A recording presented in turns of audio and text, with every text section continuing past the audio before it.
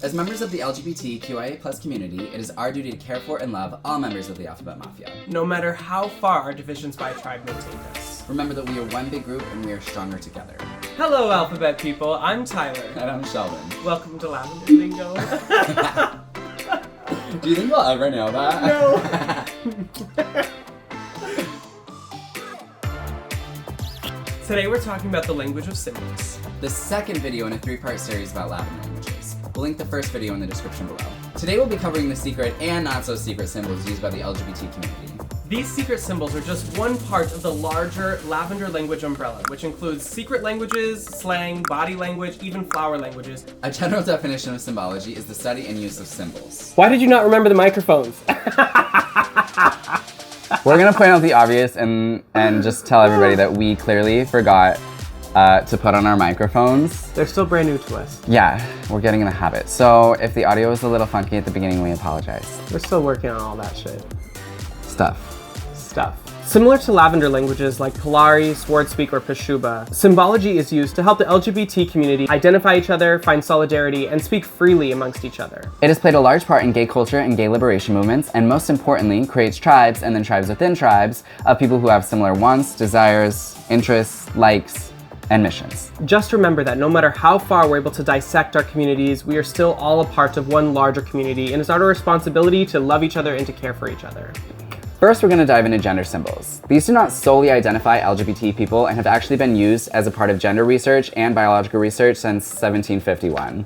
I think they were originally coined by Carl Linnaeus. The 3 standard sex symbols developed by Linnaeus in biology were male, female, and hermaphroditic. He originally used these to denote whether a flower was male, with stamens only, female, with pistils only, or perfect, with stamens and pistils. Originally, the symbol for Mercury was actually used for the last. The crescent moon at the top represents the masculine, the cross at the bottom represents the feminine, and the circle represents the individual, with the female and masculine balanced on either end.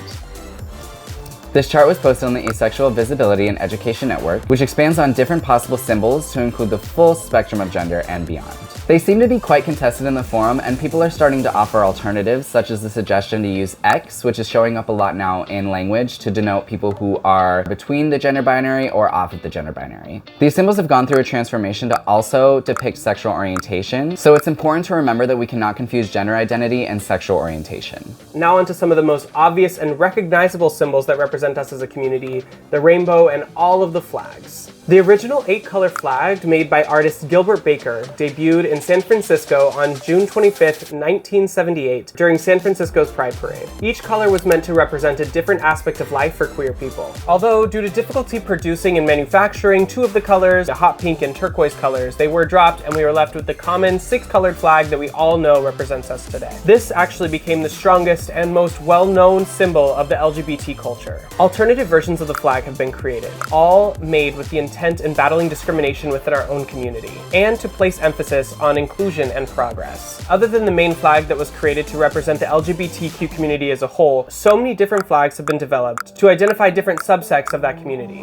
from their gender identities to their sexual orientations. Next up, we'll be covering the Hanky Code, a system of nonverbal communication via the use of color and pattern-coded handkerchiefs to convey one's sexual preferences and fetishes. Although not truly known, it likely originated in San Francisco after the gold rush, where men started wearing colored bandanas to indicate leads during square dancing. How they were used and what they represented expanded, as colors and materials used to manufacture handkerchiefs and bandanas expanded. Modern usage was at its peak between the gay communities of California and New York City between the years of 1960 and 1980. Different colors, patterns, and materials all denote different preferences and or attributes. The pocket you wear the handkerchief in, or even how you wear it, is used to denote your position as either a giver or a receiver. For instance, the original dark blue bandana indicated an interest in anal, with somebody wearing it on the left indicating that they were a top, and somebody wearing it on the right indicating that they were a bottom. Here's a list of all the different colors, patterns, and materials, and what they mean, and you can also find this chart in our description below.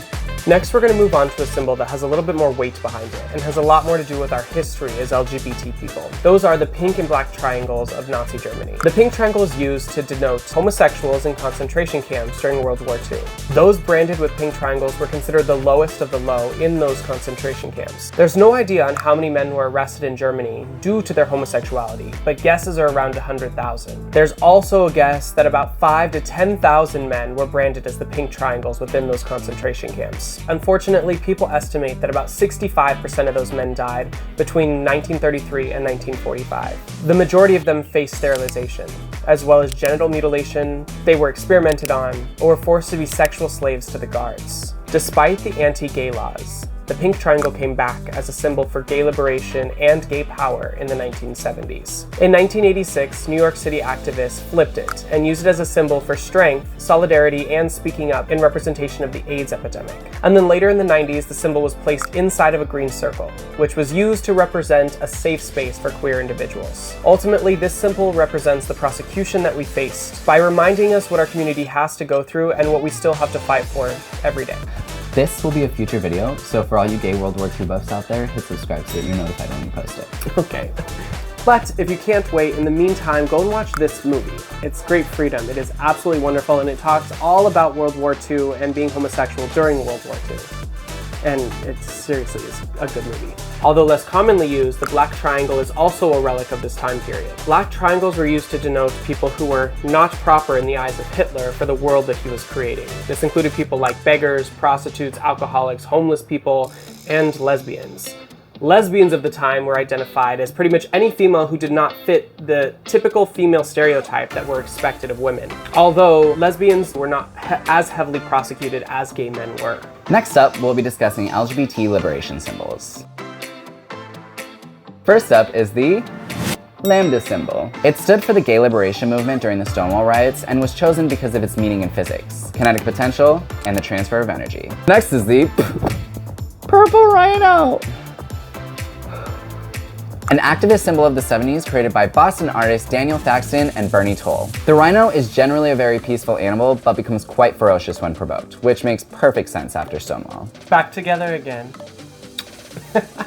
Some other LGBT symbols include the labrys. The labrys is a double-sided axe or hatchet used in ancient European, Asian, and African matriarchal societies as either a weapon or a harvesting tool. It is also often seen as a symbol that represents the Amazon women-led tribes, as well as a symbol that represents Demeter, the goddess of earth. Rituals to celebrate this goddess often include lesbian fornication. It is a lesbian and feminist symbol of strength and self-sufficiency. Next up is Hand of Aces and the Spade. Asexual shorthand for their own group is ace, for obvious reasons. A depiction of the 4 aces in a deck of cards represents asexuality and the spectrum of asexual identities. An even further shorthand of this is the spade, which is often considered the most obvious and recognizable suit from a deck of cards. Going back to that ace shorthand. Next is the ace and aro, or arrow rings.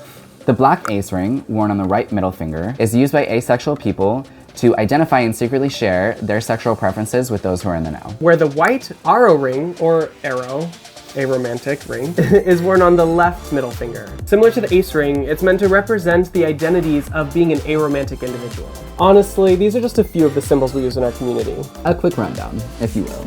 Remember that we have part 3, flower languages, coming up shortly, so make sure you hit subscribe to stick along. Hit that button, baby! Next week on Lavender Lingo, we will be setting up our Christmas tree For the first time in 9 years. and discussing holiday traditions and chosen family. Bye. See you then!